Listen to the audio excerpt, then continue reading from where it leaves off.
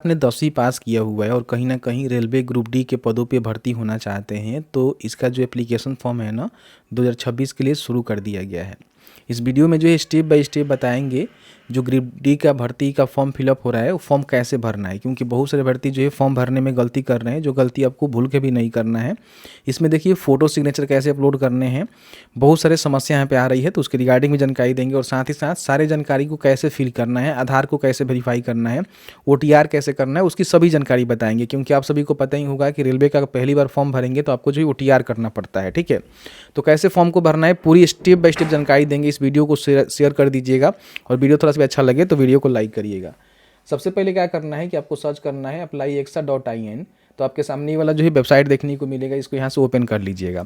अब जैसे ही ओपन करेंगे तो आपके सामने जो है कुछ इस तरह से इंटरफेस आपको देखने को मिलेगा।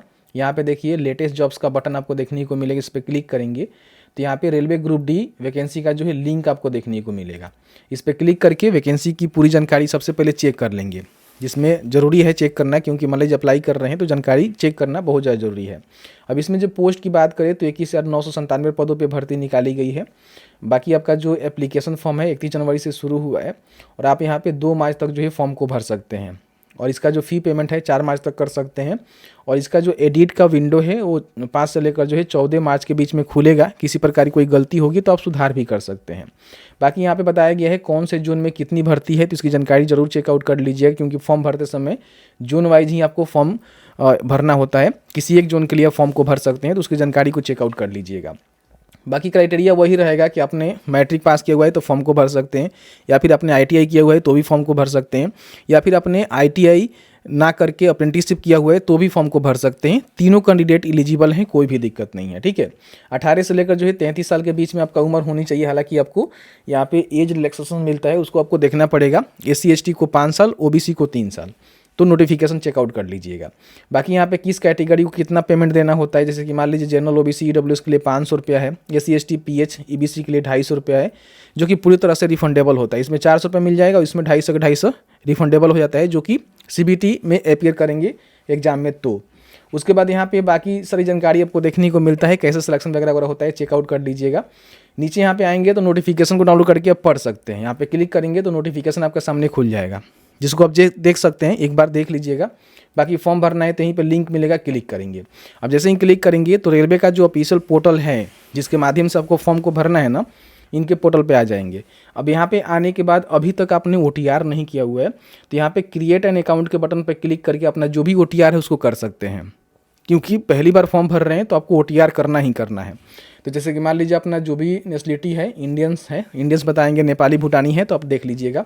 बाकी यहाँ पे फुल नेम लिखेंगे मैट्रिक के सर्टिफिकेट के अनुसार, फिर इसको दोबारा यहाँ पे टाइप करेंगे। डेट ऑफ बर्थ इसको दोबारा टाइप करेंगे। जेंडर बताएंगे, मेल फीमेल ट्रांसजेंडर है, जो भी है बता सकते हैं। फिर यहाँ पे रिकन्फर्म आपको करना पड़ता है। फिर यहाँ पे फादर का नेम, मदर का नेम, एक ईमेल ID, जनरेट OTP के बटन पर क्लिक करेंगे तो वहाँ पे OTP जाएगा, OTP से वेरीफाई करेंगे। फिर यहाँ पे मोबाइल नंबर, इस पर भी OTP जाएगा, OTP के थ्रू वेरीफाई करेंगे। अगर यहाँ पे आधार नंबर से वेरीफाई करेंगे तो आधार कार्ड में मोबाइल नंबर लिंक होना जरूरी है।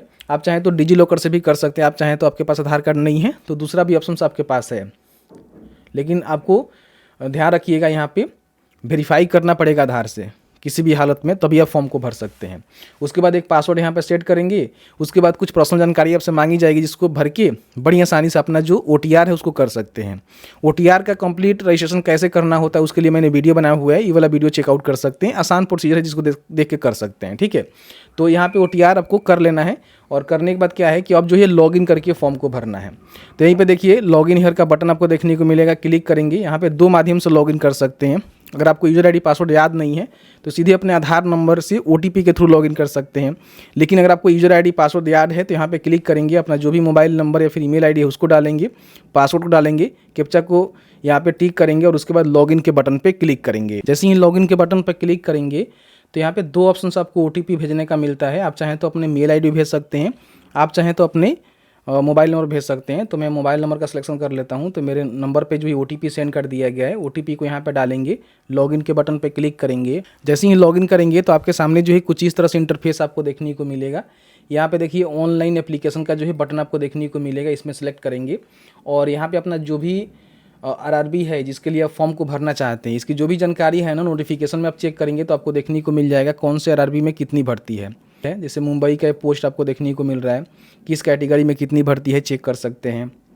यहाँ पे जयपुर का है। इस तरह से जिस भी आरआरबी के लिए फॉर्म भरना है ना उसमें आपको चेकआउट कर लेना है कि कौन से पोस्ट पे कितनी भर्ती है, किस कैटेगरी में कितनी भर्ती है, आपके कैटेगरी में भर्ती है कि नहीं है, तो इसको जरूर चेकआउट कर लीजिएगा, ठीक है। तो यहाँ पे उसी आरआरबी का सिलेक्शन करना है जिसके लिए आप फॉर्म को भरना चाहते हैं, फिर इस पर टिक करेंगे और नेक्स्ट के बटन पर क्लिक करेंगे। अब जैसे ही नेक्स्ट के बटन पर क्लिक करेंगे तो यहाँ पे 5 स्टेप है जिसको कंप्लीट करके आपको फॉर्म को भरना होता है। सबसे पहले पर्सनल डिटेल्स में कुछ जानकारी आपका पहले से यहाँ पे आता है जो अपने OTR करते समय दिया हुआ है। यहाँ पे अपना जो भी मैरिटल स्टेटस है उसको बताना है कि मैरिड है या फिर अनमैरिड है। फिर यहाँ पे अपना रिलीजन बताएंगे कि आप हिंदू है, मुस्लिम है, सिख है, क्या है। फिर यहाँ पे मातृभाषा बताएंगे कौन सा आपका मातृभाषा है। फिर यहाँ पे एग्जाम जो है कौन से लैंग्वेज में देना चाहते हैं, सारे लैंग्वेज यहाँ पे देखने को मिल जाता है। जो आपको कंफर्टेबल लगे, जिसमें कंफर्ट है तो उसको सिलेक्ट कर सकते हैं। यहाँ पे 2 जो है पहचान चिन्ह आपको देना होता है। आपके शरीर पे कहीं भी कट का तिल का निशान हो सकता है, उसको यहाँ पे लिखेंगे। दोनों देना जरूरी है, 2 पहचान चिन्ह आप दे दीजिएगा। अगर नहीं है तो लिख दीजिएगा कि नो मार्क्स, ऐसे भी आप लिख सकते हैं। यहाँ पे जो भी अपना कम्युनिटी डिटेल्स है ना उसको फिल आउट करना है कि आप जो है किस कैटेगरी से आते हैं।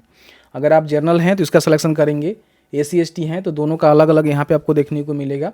OBC हैं, बिहार से मान लीजिए BC से आते हैं तो कहीं ना कहीं आप यहाँ पे सीधे OBC में जाएंगे, तो यहाँ पे OBC का सिलेक्शन करेंगे, ठीक है। और उसके बाद यहाँ पे अगर आप EWS हैं तो EWS का सिलेक्शन कर सकते हैं। मुझे OBC से फॉर्म भरना है तो यहाँ पे पूछेगा कि क्या आप क्रीमी लेयर में आते हैं। अगर आपका पारिवारिक आय 8 लाख रुपये से कम है तो क्रीमी लेयर में आएंगे, ठीक है, ध्यान रखिएगा। नॉन क्रीमी लेयर में, और 8 लाख से अधिक है तो नॉन क्रीमी लेयर में क्रीमी लेयर में आएंगे। तो यहाँ पे क्या करना है कि 8 लाख से कम है तो नॉन क्रीमी लेयर के ऑप्शंस को सिलेक्ट करेंगे तो इसका सर्टिफिकेट आपको देना पड़ेगा, जिसका कास्ट बताएंगे कि आप जो है कौन से कास्ट से हैं। फिर इसका सर्टिफिकेट नंबर क्या है, कौन जो ऑफिसर हैं सर्टिफिकेट आपका इशू किए हैं। जैसे कि मान लीजिए आपका रेवेन्यू ऑफिसर इशू किए हैं तो यहाँ बता सकते हैं। फिर यहाँ पे कौन से स्टेट से इशू हुआ है, उसका इशू डेट क्या है वो आपको बतानी है। अगर मान लीजिए आप यहाँ पे SC ST हैं तो उसका सिलेक्शन करके वो आपको देना होगा। तो जिस भी कैटेगरी से है ना उस कैटेगरी का जो भी डिटेल्स है आपको भरना है। फिर यहाँ पे अपना जो भी प्रेजेंट एड्रेस है और यहाँ पे परमानेंट एड्रेस है दोनों आपको फिल करना होता है।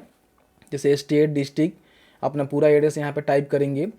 नियरेस्ट जो भी आपका सिटी है, मेजर टाउन है, उसको बता सकते हैं। पिन कोड यहाँ पे लिखेंगे और दोनों सेम है तो यहाँ पे टिक करेंगे, दोनों सेम हो जाएगा। अलग अलग है तो अलग अलग आपको भरना है, क्योंकि प्रेजेंट और परमानेंट दोनों अलग हो सकता है। आपका सेम होगा तो सेम करना है। फिर यहाँ पे सेव करना है और नेक्स्ट के बटन पे क्लिक करना है। अब यहाँ पे आपको जो है अदर डिटेल्स फिल करनी होती है, जिसमें अगर आप एक सर्विसमैन है तो यस करके उसका बेनिफिट ले सकते हैं। कौन से फोर्स में आपने काम किया हुआ है बता सकते हैं। आपका रैंक क्या था, डेट ऑफ एंट्री क्या था तो बता दीजिएगा, नहीं तो यहाँ पे नो करिएगा। अगर आप डिसेबल हैं तो यस करके यहाँ पे उसका जो भी बेनिफिट है ले सकते हैं कि किस प्रकार के आप डिसेबल हैं, ठीक है। उसका सब कैटेगरी क्या है, परसेंटेज क्या है, उसका जो भी certificate issue date, certificate number है वो क्या है, और यहाँ पे UDID नंबर आपके पास है तो वो भी दे सकते हैं। अगर विकलांग नहीं है तो यहाँ पे सीधे नो कर देंगे। अगर आप यहाँ पे जैसे कि राइटिंग एबिलिटी आपको चाहिए तो आप यहाँ पे ले सकते हैं। कई सारे लोग को जो है लिखने में दिक्कत होती है तो यहाँ पे ले सकते हैं, नहीं तो यहाँ पे नो करेंगे। अगर आप EBC एक यहाँ पे क्लास होता है, इसके अंतर्गत आप आते हैं, जैसे कि इस पर आप यस करेंगे तो कहेगा कि आपका जो पारिवारिक आय है 50,000 रुपये से कम है, या फिर आप BPL कार्ड होल्डर है तो एक जो है EBC क्लास का सर्टिफिकेट बनता है जो आपने बनवाया हुआ है। तो इसमें क्या है ना कि जो भी आपका एग्जामिनेशन फ़ी है उसमें आपको छूट मिल जाएगा। किसी प्रकार की पोस्ट में भर्ती में आपको छूट नहीं मिलेगा, ध्यान रखिएगा। केवल क्या होगा कि जो भी आपका फ़ी है ना उसमें छूट मिलेगा। तो अगर आप इस प्रकार के कैंडिडेट हैं तो ले सकते हैं इसका बेनिफिट, नहीं तो यहाँ पे सीधे नो ही कर दीजिएगा। अगर आप रेलवे में काम करते हैं तो यस करके बता सकते हैं कौन से पोस्ट पे वगैरह वगैरह हैं, नहीं तो यहाँ पे नो करेंगे। अगर आप अदर जगह कहीं भी काम करते हैं, जैसे कि सेंट्रल गवर्नमेंट में आपका वर्क है या फिर स्टेट गवर्नमेंट का काम करते हैं या फिर PSU के अंदर काम करते हैं तो बता सकते हैं, नहीं तो नोट एप्लीकेबल करेंगे। अगर आपने NCVT से कोई भी मान लीजिए यहाँ पे अप्रेंटिसशिप किया हुआ है तो उसकी जानकारी यस करके बता सकते हैं। कौन सा ट्रेड में आपने किया हुआ है, उसका कब से लेकर जो है कब तक किया हुआ है, ड्यूरेशन क्या है, और रिजल्ट डिक्लेयर हुआ है कि नहीं हुआ है। अगर नहीं किए हुए हैं तो यहाँ पे नो कर सकते हैं, ज़रूरी नहीं है। अगर आपने किया है तो दे सकते हैं, अच्छा प्रेफरेंस आपको मिलेगा। बाकी यहाँ पे जो भी आप एप्लीकेशन फ़ी के रूप में पैसे दे रहे हैं ना वो रिफंडेबल होता है। SC ST को 250 रुपये का 250 रुपये मिल जाता है, फर्स्ट एग्जाम में बैठते हैं। और OBC जनरल को जो 500 रुपये आप देते हैं उसमें से 400 रुपये आपको रिफंड हो जाता है। तो रिफंड अमाउंट जो है कौन से खाते में लेना चाहते हैं तो उसका यहाँ पे नेम लिखेंगे, कौन से बैंक खाते में लेना है, उसका नेम क्या है, उसका जो भी बैंक अकाउंट नंबर है उसको डालेंगे, यहाँ पे कंफर्म करेंगे, उसका जो भी आईएफएससी कोड है यहाँ पे लेकर कंफर्म करेंगे, तो बैंक का नेम और यहाँ पे रिफंड बैंक एड्रेस आपको देखने को मिल जाएगा। तो इसको फिल कर दीजिएगा क्योंकि पैसा आपका इसी अकाउंट में रिफंड होगा। उसके बाद यहाँ पे सेव करेंगे, नेक्स्ट के बटन पे क्लिक करेंगे। अब यहाँ पे अपना जो भी एजुकेशन डिटेल्स है उसको फिल आउट करना है। अगर आपने मैट्रिक की जानकारी यहाँ पे ऐड कर दिया हुआ है, कुछ गलती कर दिया हुआ है, तो क्लिक करके यहाँ पे एडिट कर सकते हैं, जिसमें आपका स्टेट वगैरह वगैरह, डिस्ट्रिक्ट, यहाँ पे बोर्ड का जानकारी देना है, date of passing, roll number, और यहाँ पे जो भी सर्टिफिकेट का सीरियल नंबर होता है उसको आपको देना होता है। लेकिन ये सही है तो इसी पे फॉर्म को भर सकते हैं, कोई भी दिक्कत नहीं है। लेकिन इसके अलावा अगर आपने मान लीजिए 10+2 किया हुआ है, या फिर आपने बैचलर डिग्री किया हुआ है, मास्टर डिग्री किया हुआ है, या फिर आपने अप्रेंटिसशिप किया हुआ है, ITI किया हुआ है, तो इसकी भी जानकारी आप क्लिक करके भर सकते हैं। उसकी पूरी जानकारी यहाँ पे देंगे तो आप यहाँ पे आसानी से, जैसे मान लीजिए इंटर की जानकारी आपको भरना है तो आप यहाँ पे सारी जानकारी को भर के यहाँ पे भर सकते हैं कि आपने कब पास किया था। ठीक है, ये जानकारी यहाँ पे देखने को मिलेगा, और परसेंटेज यहाँ बता सकते हैं कि आपका जो है कितना परसेंटेज है। ऐड करेंगे तो इस तरह से इंटरमीडिएट का भी ऐड हो जाएगा। इस तरह से आपके पास और भी कोई क्वालिफिकेशन है 10वीं के बाद इंटरमीडिएट वगैरह वगैरह तो उसको डाल सकते हैं। यहाँ पे देखिए बैचलर डिग्री भी आपने किया हुआ है तो उसको भी ऐड कर सकते हैं। तो अपने हिसाब से देख लीजिएगा, ऐड कर दीजिएगा, इसमें कोई दिक्कत नहीं है। लेकिन केवल 10वीं पास है तो केवल 10वीं पास। अगर आपने ITI किया हुआ है तो उसकी जानकारी भरेंगे, अगर आपने अप्रेंटिसशिप किया हुआ है तो उसकी भी जानकारी भर सकते हैं। इसी तरह से ऐड होते जाएगा। ठीक है, जानकारी को भरना है, फिर यहाँ पे नेक्स्ट के बटन पे क्लिक करना है। अब यहाँ पे जो है बहुत दिक्कत होती है फ़ोटो सिग्नेचर अपलोड करने में। अब यहाँ पे सबसे पहले जो फोटो है ना वो लाइव आपको कैप्चर करना है। अब इसमें बताया गया है कि आपका जो है समझिए कि सिंगल बैकग्राउंड होना चाहिए पीछे फ़ोटो क्लिक करने के लिए, और आपके चेहरा पे जो है प्रॉपर लाइट होनी चाहिए, और सीधे जो है आपको फ़ोटो क्लिक करना है कैमरा पर देख के। आपका दोनों कान दिखना चाहिए, फेस पूरा सीधा होना चाहिए, किसी प्रकार की कोई गलती नहीं करना है। बाकी बताया गया है कि देखिए इसमें बहुत सारे ऐसे चीज़ दिया गया है ना जो आपको देखना पड़ेगा, समझना पड़ेगा। अगर लाइट प्रॉपर नहीं होगा फिर आपका फ़ोटो क्लिक नहीं होगा, प्रॉब्लम होगा, तो आप लोग कहेंगे कि फ़ोटो क्लिक नहीं हो रहा है। तो यहाँ पे देखिए लाइव कैप्चर इमेज के बटन पर क्लिक करके यहाँ पे बताया गया कि आपको जो है 5 मिनट के अंदर जो है 3 ही समय मिलेगा। ठीक है, तो यहाँ पे कैप्चर लाइव के बटन पर क्लिक करेंगे। अगर आप ट्विंस हैं, मतलब जुड़वा भाई बहन है, तो यहाँ पे बता सकते हैं, नहीं तो नो करेंगे। फिर यहाँ पे कैप्चर लाइव इमेज के बटन पर क्लिक करेंगे तो इस तरह से सर्कल बन जाएगा, और इसी में अपना जो फेस है ना सेंटर में करना है। जैसे ही सेंटर में फेस करेंगे आपका जो फोटो है ना यहाँ पे ऑटोमेटिकली कैप्चर हो जाता है। ठीक है, तो इन बातों का विशेष रूप से ध्यान रखना है क्योंकि बहुत सारे लोग गलती करते हैं। प्रॉपर लाइट होनी चाहिए, इस सर्कल में आपका जो है फेस होना चाहिए पूरा प्रॉपर, तब जाके फोटो यहाँ पे ऑटोमेटिकली क्लिक कर लेगा और ऑटोमेटिकली यहाँ पे अपलोड हो जाएगा। देखिए इस प्रकार की जो फोटो है ना आपको अपलोड नहीं करना है, ये वाला फोटो सबसे बेस्ट है, इसी तरह से अपलोड करना है। चश्मा लगाकर, इस प्रकार के धुंधला वगैरह वगैरह, टोपी लगाकर, इस प्रकार के पीछे बैकग्राउंड बहुत ज़्यादा दिख रहा है वैसा नहीं, सिंगल बैकग्राउंड होना चाहिए, प्रॉपर आपका फेस यहाँ पे दिखना चाहिए। इस तरह से फोटो आपको लाइव कैप्चर करना है। तो ये आसान है, कर सकते हैं। मैं आपको करके नहीं दिखा रहा हूँ क्योंकि मैं अभी तो स्टूडियो में हूँ और यहाँ पे प्रॉपर लाइट भी नहीं है, क्लिक भी नहीं होगा क्योंकि इसके लिए जो प्रॉपर लाइट चाहिए। ठीक है, तो यहाँ से फ़ोटो क्लिक कर लेना है। उसके बाद यहाँ पे अपना फ़ोटो आप चाहें तो मोबाइल से भी क्लिक कर सकते हैं। इस पर क्लिक करके QR कोड मिलेगा जिसको स्कैन करके अपना जो भी लॉगिन ID है मोबाइल में लॉगिन करके और मोबाइल से भी फ़ोटो क्लिक कर सकते हैं। बहुत ही आसान है। ठीक है, एक छोटा सा प्रोसीजर है जिसके माध्यम से आप यहाँ पे कर सकते हैं, कोई भी दिक्कत नहीं होने वाली है। ठीक है, उसके बाद यहाँ पे अपना सिग्नेचर अपलोड करना है जो कि बताया गया है कि 30 से लेकर जो 49 KB के बीच में होनी चाहिए। आपको ब्लॉक लेटर में, कैपिटल लेटर में जो है सिग्नेचर नहीं करना है। जिस प्रकार से आप सिग्नेचर करते हैं ना उस तरह से करेंगे। वाइट पेपर पे सिग्नेचर करके उसको स्कैन करके अपलोड करेंगे। उसका डायमेंशन बताया गया 140x60 पिक्सल में होनी चाहिए JPG फॉर्मेट में। तो आप इसको बड़ी आसानी से बना सकते हैं। यहाँ पे लिखेंगे फोटो रिसाइजर, तो आपके सामने ये वाला जो है टूल्स यहाँ पे आएगा, इसको ओपन करेंगे, अपना जो भी यहाँ पे सिग्नेचर है उसको अपलोड करेंगे और यहाँ से जो भी इसका साइज वगैरह वगैरह देकर यहाँ पे रिड्यूस करके बड़ी आसानी से अपना फोटो को रेडी कर सकते हैं। ठीक है, कोई भी दिक्कत नहीं होने वाला है। तो यहाँ पे भी आपको देखने को मिलेगा, यहाँ से फोटो सेलेक्ट करके जो भी पिक्सल वगैरह वगैरह उसको दे सकते हैं और यहाँ से अपना जो भी इमेज का साइज है ना उसको रेडी कर लेंगे। ठीक है, रेडी करने के बाद यहाँ पे क्या करना है कि चूज फाइल के बटन पर क्लिक करके इसको भी अपलोड कर देंगे क्योंकि करना जरूरी है। उसके बाद यहाँ पे टिक करेंगे, टिक करने के बाद यहाँ पे सेव के बटन पर क्लिक करके नेक्स्ट के बटन पर क्लिक करेंगे। अब यहाँ पे आपको जो है पोस्ट का प्रेफरेंस यहाँ पे देना है क्योंकि ग्रुप डी में जो है कई सारे यहाँ पे पोस्ट रहते हैं, तो सबको देख लीजिएगा। जिसको भी प्रेफरेंस आपको देना है वो अपने हिसाब से दे सकते हैं। ठीक है, लास्ट में आपको पोस्ट प्रेफरेंस ही देना पड़ता है। तो यहाँ पे देखिएगा तो प्लस आइकन बनाया गया है जिस पे क्लिक करके बड़ी आसानी से अपना जो पोस्ट प्रेफरेंस है यहाँ पे दे सकते हैं। ठीक है, तो इस तरह से आप दे दीजिएगा, सबको दे देना है, अच्छा रहता है। अपने हिसाब से ऊपर नीचे भी कर सकते हैं, जो भी आपको अच्छा लगे उसके हिसाब से यहाँ पे प्रीफरेंस को चूज करके दे सकते हैं।